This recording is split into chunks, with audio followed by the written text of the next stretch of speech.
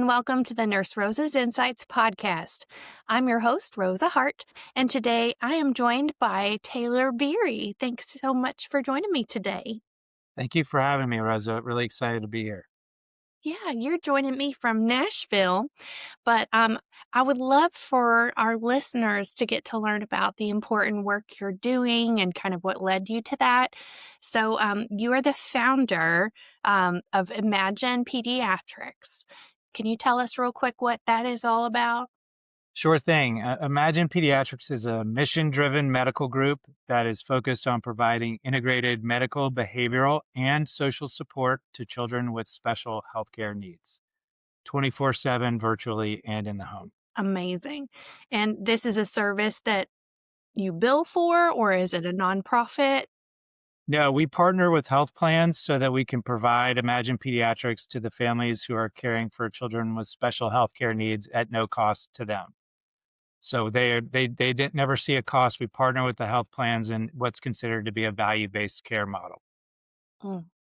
Well, I definitely appreciate that you're trying to provide that value.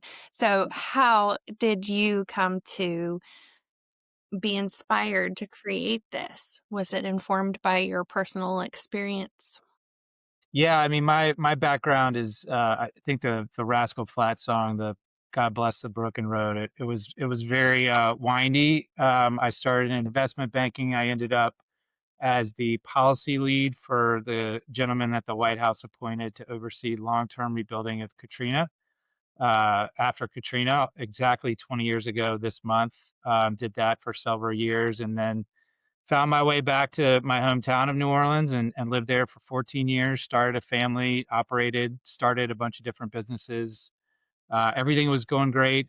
We had three beautiful children, my wife Angel and I, Walker, Evelyn, and McLean. But very tragically, at the age of 7, in 2019, our oldest son, Walker, was diagnosed with a pediatric brain cancer called medulloblastoma. And Walker, I could talk about for days and days. It's not the point of this podcast, but he inspired many, including me, um, asked us to make it so other kids would not have to go through what he did. And we've tried to manifest that in a couple of ways. About 3 weeks after his funeral, I joined with several other leaders in complex pediatrics and launched Imagine Pediatrics. And since then, we went from a very small group of us to more than 400 employees that currently serve almost 40,000 children in Texas, Florida, and DC. I mentioned, integrated 24/7 medical, behavioral, and social support, all provided as a benefit to these families via our partnerships with about 6 different health plans today. Just so grateful for this work that we get to do. Get to sit in these care team areas and listen to these medical groups that are pediatrician led. Just build relationships with these families. If I'm frustrated, if I'm chewing on a problem or just general things that come along with life, I can sit in those areas and listening to these families get the support that we didn't get with Walker, but get to hear other folks receive it. It really is a soul fuel. It's an opportunity to recharge and recenter on what's really important in helping these families. Yeah, definitely. And I love it how you're using your pain to alleviate the suffering of others. Um, so your Imagine Pediatrics doesn't specifically treat any diagnosis, right? As far as not any types of cancer or anything like that. What you're talking about is mostly like emotional support for the family. Is that right? No, actually, we are a full-fledged medical group. So we have full interdisciplinary teams that manage all types of medical and behavioral issues. So on the medical side, in pediatrics, it's so broad. So all types of rare genetic conditions, things triggering respiratory disorders, cardiac disorders, cystic fibrosis, cerebral palsy, malignancy, and a variety of other conditions. On the behavioral side, all types of severe mental illness, things like schizophrenia, bipolar disorder, suicidal ideation. Um, these two things have to be really integrated because we see so much comorbidity across medical and social. And then all these Medicaid families can so greatly benefit from more social service support as well. So about a third of our kids have a behavioral health only diagnosis. About 75% of them, that is one of several diagnoses. These are kids with equipment dependencies, things like children who've had a tracheostomy, G-tube, central lines. Uh, about a third of our kids in that category. Every about on average 3+ comorbidities. These are kids with massive polypharmacy needs, massive DME needs, and we really attack it with pediatrician-led teams. We integrate therapists and behavioral health support, social services.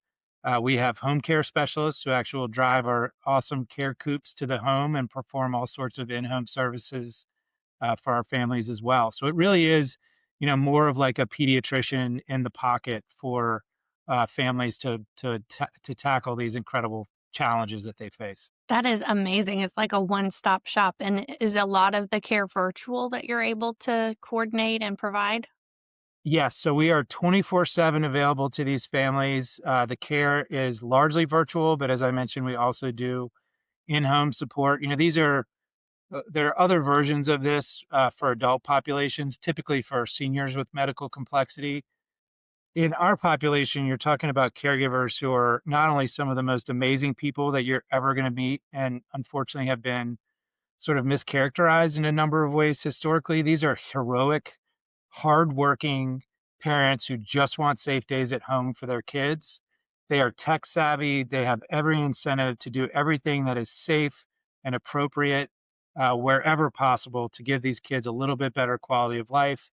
The challenges that these families face are just enormous, kind of incredible when you think about all of the different gaps in care and access and the coordination and trust issues that they have. Multiple specialists, school integration, therapists, social services. There's little connection between all these things, and it creates this overwhelming administrative and really isolating environment for these families. So, um, and then you get into the rural population where there really aren't pediatric specialists anywhere near some of these families. So we really are focused on being there for these families through medium. You started with the digital and 24/7. These families love jumping on their phones and sending a text message. And I don't. A lot of families want to do their own scheduling. You want to provide. We have an app that we built in house because there really wasn't anything for kids and caregivers on the market, which really meets these folks where they are, so we can give them the care that they need in the way they need it at the moment they need it. That is incredibly timely, and that's a good point that these parents and kids, they're tech savvy. That this is the easy part, right? A lot of these services that are similar, like you're talking about for adult chronic illness management, like heart failure clinics and things like that, there's a huge barrier to getting them to adopt those technologies that would allow them to have that access and that open line of communication with their caregivers. So, um, at least that isn't as much of a barrier for you. Um, excuse me. So, how long was Walker's journey in going through this that prepared you with so much empathy for what these families are going through? Yeah, Walker was diagnosed July of 2019 and passed away September 4th of 2021. So he had a little over 2 years. We traveled the country. We talked to experts around the world trying to save him, and met a lot of the families that we are so honored to serve at Imagine Pediatrics today are the kinds of folks that we met in the waiting rooms that were facing similar challenges to what we were, but they were also facing food insecurity, transportation insecurity.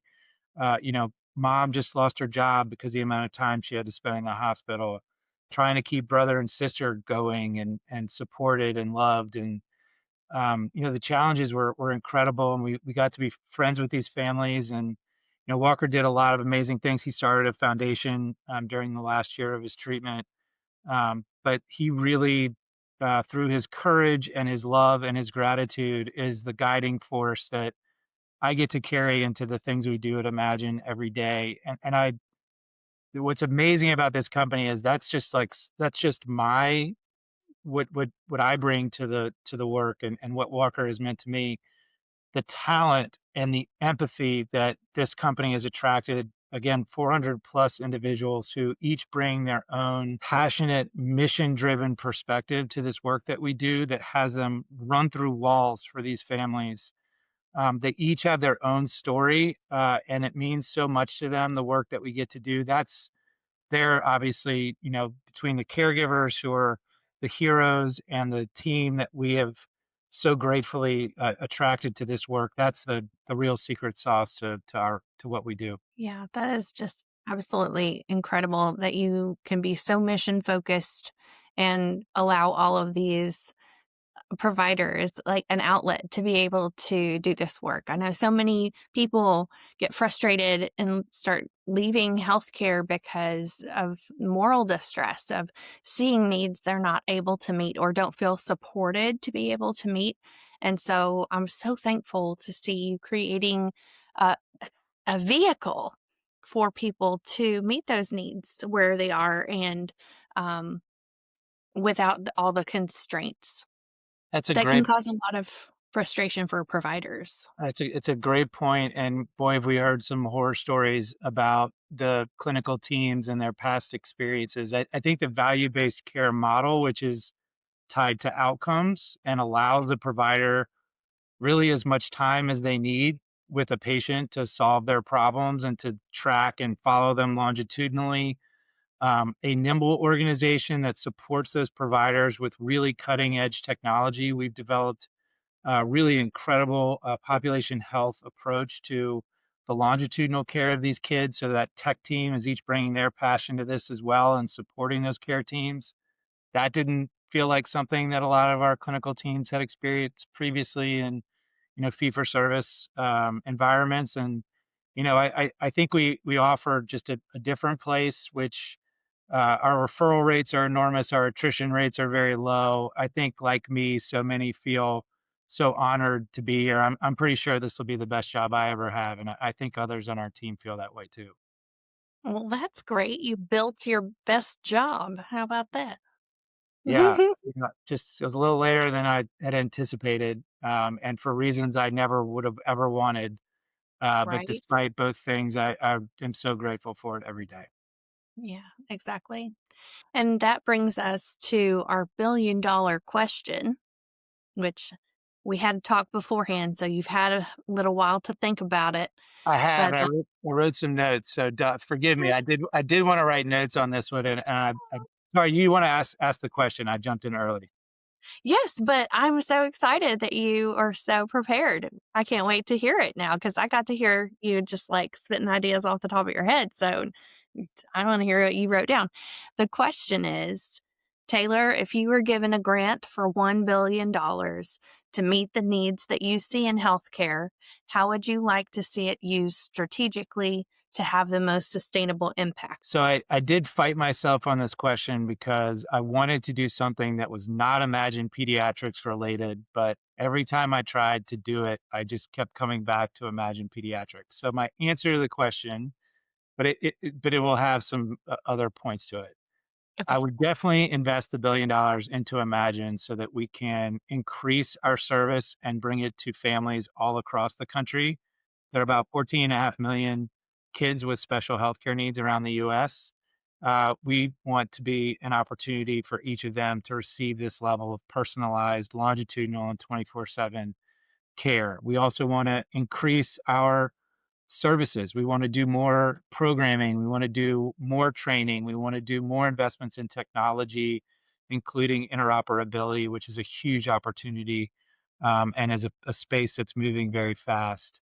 The sort of nuanced piece is that imagine we really focus so much on the caregivers, and I mentioned them being misrepresented, underrepresented for the true heroes that they are in the care that they provide to their children against really enormous odds. And we invest very heavily in supporting these caregivers, but there's still so much that $1 billion could do if we really focused it on providing for these caregivers who provide so much caregiver respite, mental health resources for these families. I can speak from tragic personal experience. It just truly means the world to have mental health resources. There's no shame in it, and it is desperately needed by these families who are facing these really challenging efforts. There's also these opportunities for moments of joy. So I mentioned that Walker had started a foundation, a project that we're doing there. It's called Walker's Imaginarium at Manning Children's Hospital in New Orleans. And that's just an example of what you can do when you invest resources into even physical spaces that can provide moments of joy to these children, to their caregivers, the impact on the kids, the impact on the caregivers, by providing resources for them that actually meet their needs, that are accessible to children with chronic medical conditions who are spending long stays in the hospital. I would love to put $1 billion and put an Imaginarium in every children's hospital in the country and provide those moments to those families. Um, I think there's a lot more we can do for caregivers. And again, I think they've been overlooked for too long, and I would love to invest $1 billion in doing more to support them. Well, now I have more questions. For one thing, what's an Imaginarium? Is it like a planetarium? Like, what happens in there? So picture a children's museum combined with a awesome, joyful play space and all of it attached to a children's hospital. So it's the one in New Orleans is 16,000 square feet and it's New Orleans themed. So there's Mardi Gras floats, there's actually a music studio courtesy of the Seacrest Foundation, Ryan Seacrest Family Foundation. Is putting this incredible music studio in there for children to learn about music production and to have fun with music and to run CCTV through the hospital for bingo nights and music events and all sorts of things. Just a putt putt course. I mean, it's kind of endless. I could talk about it for way too long, but just think of a place where a child, their caregivers, their siblings can go for 15 minutes. And that 15 minutes to a kid who's spending their life in a hospital room might as well be 15 years of joy. It just has that exponential of an impact. And so we are so excited about that. And we're talking to other children's hospitals, but $1 billion could go a long way to creating these moments of joy for these families, and that means so much. Well, you talked about Ryan Seacrest. Maybe you should team up with Ryan Trahan. He raised a lot of money for St. Jude this summer, so maybe he And can help you get one in there. an incredible institution. Yeah, St. Yeah, Jude's has got a particular unique facility. I toured it when Walker was sick. It's beautiful and fun. It's kind of its own Imaginarium at St. Jude's that they built there. It's a fantastic facility, and that team is amazing. that's awesome. Now, I have another question. Please. When you were talking about caregivers and parents being misrepresented, what were you talking about? I think, in particular, in today's climate, there is extensive conversation about individuals on Medicaid that is dangerously not representative of the people I've met on Medicaid. I think Yeah, tell me about the people that you've met on Medicaid.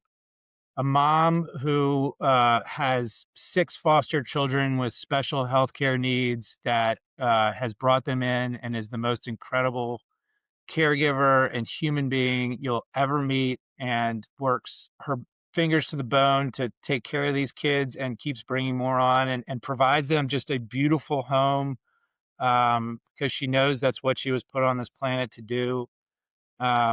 Individuals who are really running up this mountain with their hands tied behind their back, but just live every day with, how can I take care of this child, take care of my family?